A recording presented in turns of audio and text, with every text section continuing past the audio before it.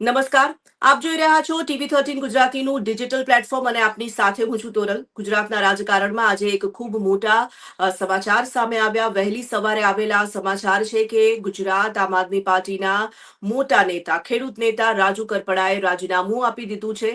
અંગત કારણોસર રાજીનામું ધરી દીધું છે તેવું કહેવામાં તો આવી રહ્યું છે, પરંતુ તેની પાછળ સ્વાભાવિક અનેક કારણો રહ્યા હશે.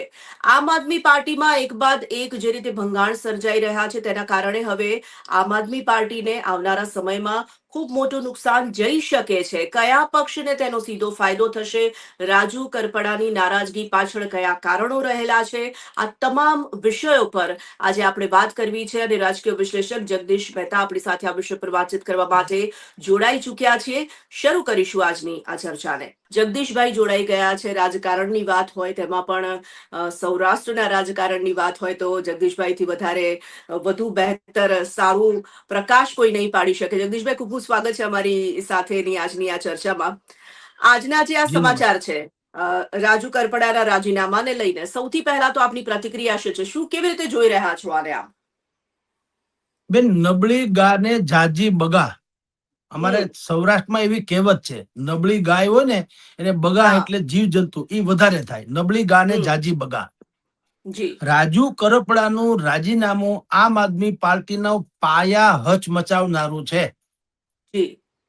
અને હજી એના પછીના જે પ્રત્યાઘાતો થવાના ઈથી મોટા પડશે. પેલા હું જી. આપને થોડીક અંદરૂની વાત કરી દઉં, જે સત્તાવાર રીતે નહીં પણ અંદરૂની, એટલે કે સત્યની ઘણી નજીક છે. હમ. વાત એવી છે બેન કે બોટાદમાં જે કિસાન આંદોલન થયું, હળદળમાં પછી લાઠીચાર્જ થયો, આપણે બધા જાણીએ છીએ, હા. હા. કડદા પ્રથા ની સામે. જી. એ આંદોલન પછી 108 દિવસ સુધી રાજુ કરપડા, પ્રવીણ રામ ઇત્યાદિને જેલ થઈ અને એ જેલ થઈ ઇન બિટવીન 108 દિવસમાં આમ આદમી પાર્ટીના સૌરાષ્ટ્ર ગુજરાતમાં અનેક કાર્યક્રમો થયા. હમ. એ કાર્યક્રમો જે થયા એમાં એક વાત હંમેશા લોકો બોલતા, કાર્યકરોના જે મેઇન કાર્યકરો હોય એ કહેતા હતા કે ભાઈ આપણે પ્રચારને લગતા બાકીના બધા કાર્યક્રમો ભલે ચાલુ રાખીએ કે ન રાખીએ ઠીક છે, પરંતુ જી. સૌથી વધુ આવશ્યકતા જે છે એ અત્યારે રાજુભાઈ કરપડાને જેલ મુક્ત કરાવવાની છે. બિલકુલ. તો અંતરંગ વર્તુળો એમ કે છે કે કેટલાક લોકોએ એમાં એવી વાત કરી કે કઈ મરી ન પડાય, થતું હોય એમ થાય, અમે કરીએ જ છીએ. હમ. એનો અર્થ એમ છે કે એ થોડુંક ઇગ્નોર કરવા જેવી વાત થઈ. જી. અન્યથા એમ કેવું જોઈએ કે ભાઈ આપણે બે કાર્યક્રમ ઓછા થાય તો કુરબાન છે, પેલા આપણે આપણા કાર્યકર જે કહે છે એને છોડાવી લઈએ વગેરે હમ. વગેરે, અથવા તો હમ. એનો ઉલ્લેખ થાય. આપની જાણ ખાતર ગઈ 7મી તારીખે કેશોદમાં આમ આદમી પાર્ટીનું સંમેલન હતું. જી. તમે નહીં માનો બેન, સૂત્રોના કહેવા અનુસાર એ સંમેલનમાં રાજુ કરપડા અને પ્રવીણ રામનું નામે નતું લેવામાં આવ્યું મંચ ઉપરથી. હા.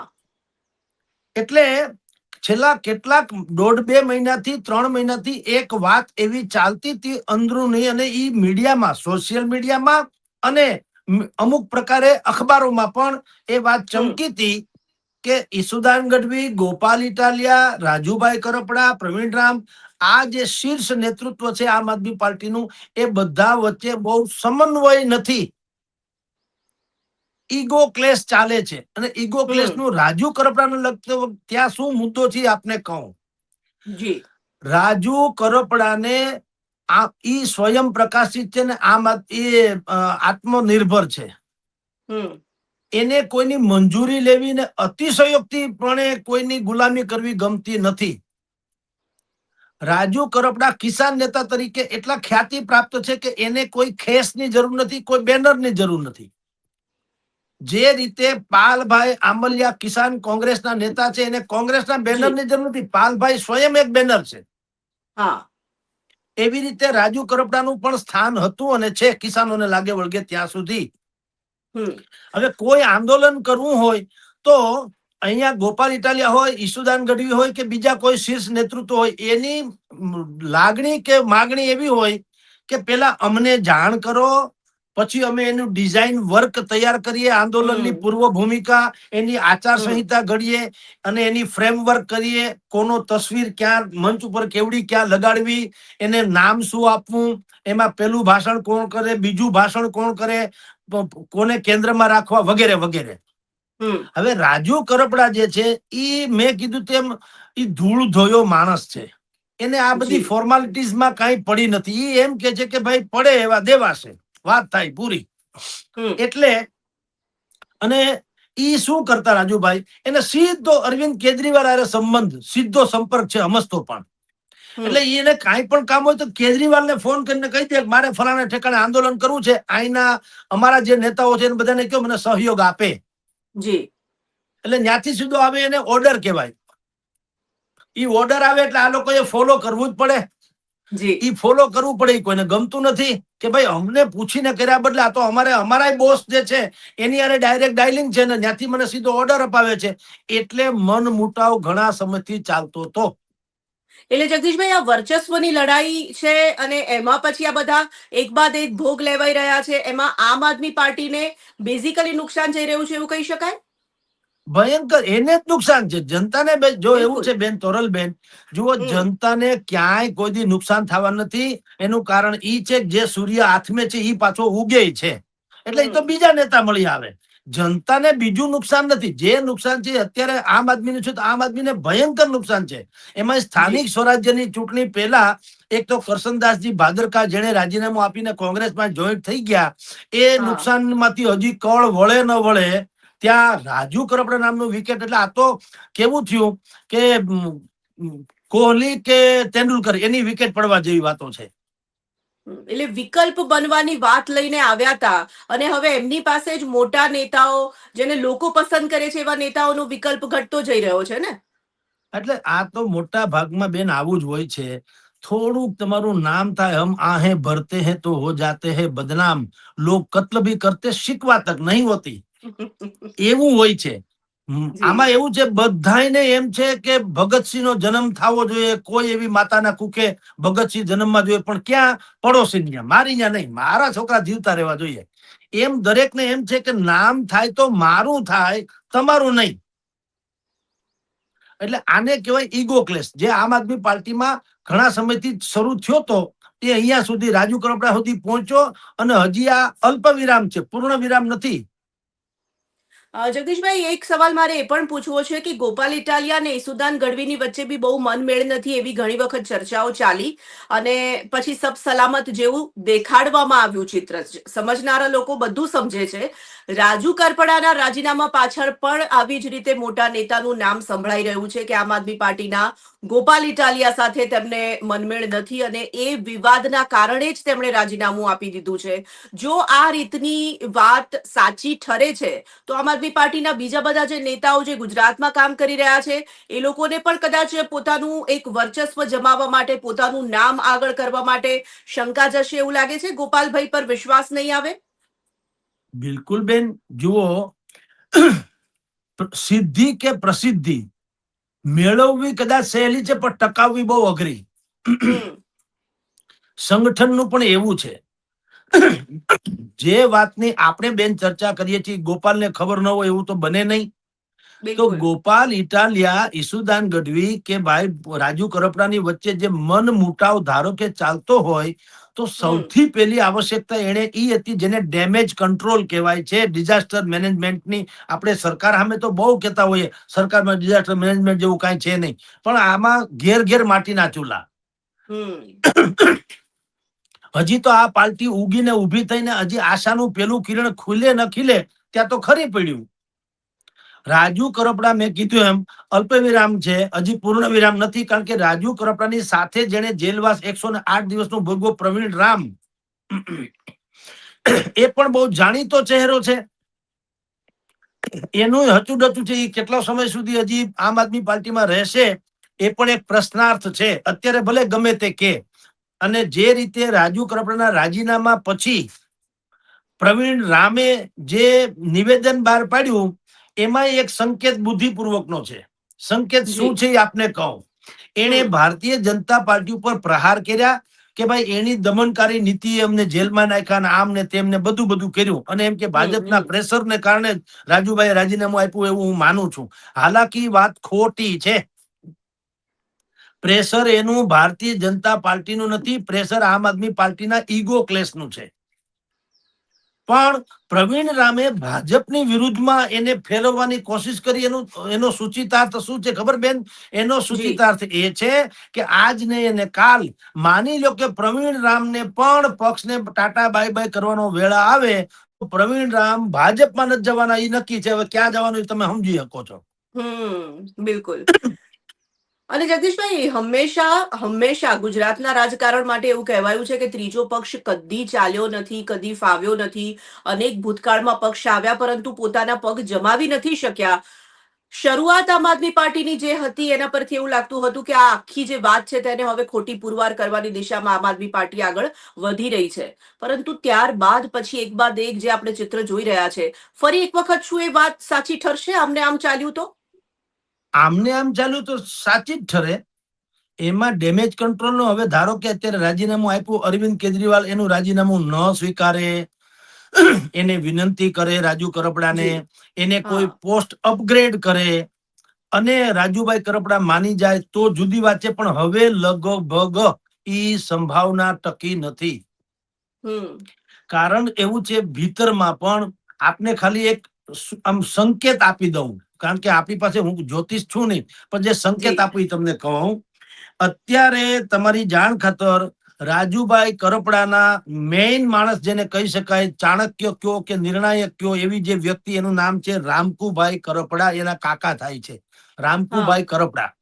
અચ્છા રામકુભાઈ કરપડા કોંગ્રેસી વિચારધારાને વરેલા છે. હમ બીજું, રાજુભાઈ કરપડાને સૌથી ઘાટો સંબંધ અગર કોઈની સાથે છે જાહેર જીવનના વ્યક્તિ, એનું નામ છે પાલભાઈ આંબલિયા. આપણે હમ બધા જ જાણીએ છીએ એ પણ કોંગ્રેસી વિચારધારા ધરાવે છે. અને પ્રવીણ રામે રાજુ કરપડાને ભારતીય જનતા પાર્ટીના પ્રેશરથી રાજીનામું આપ્યું એમ જે બોલ્યા, એનો અર્થ એમ છે કે હવે પ્રવીણભાઈ રાજુ કરપડાથી ભાજપ તરફ નહીં જાય. અને બાકીના બે મેં વિકલ્પ આપ્યા કે બંનેની, એના કાકા અને એના મિત્ર, આ બંને કોંગ્રેસી વિચારધારા ધરાવે છે. એટલે ક્યાં જવાના હશે ભવિષ્યમાં એનો સંકેત તો મળી જાય. હમ. એક છેલ્લો સવાલ હવે આપણે જતા જતા મારે એ પૂછી લેવો છે જગદીશભાઈ, આપ ઉતાવળમાં છો છતાં પણ ખેડૂતોનો આધાર લઈને આખી પાર્ટી ગુજરાતમાં બેઠી થવા માટેનો પ્રયાસ કરતી હતી. જે નેતાઓ આવ્યા તે પણ ખેડૂતોના આધાર સાથે આવ્યા. મોટા નેતાઓ આમ આદમી પાર્ટી ગુજરાતના આપણે જે ગણીએ એની પણ આપણે એમાં ચર્ચા કરી શકીએ.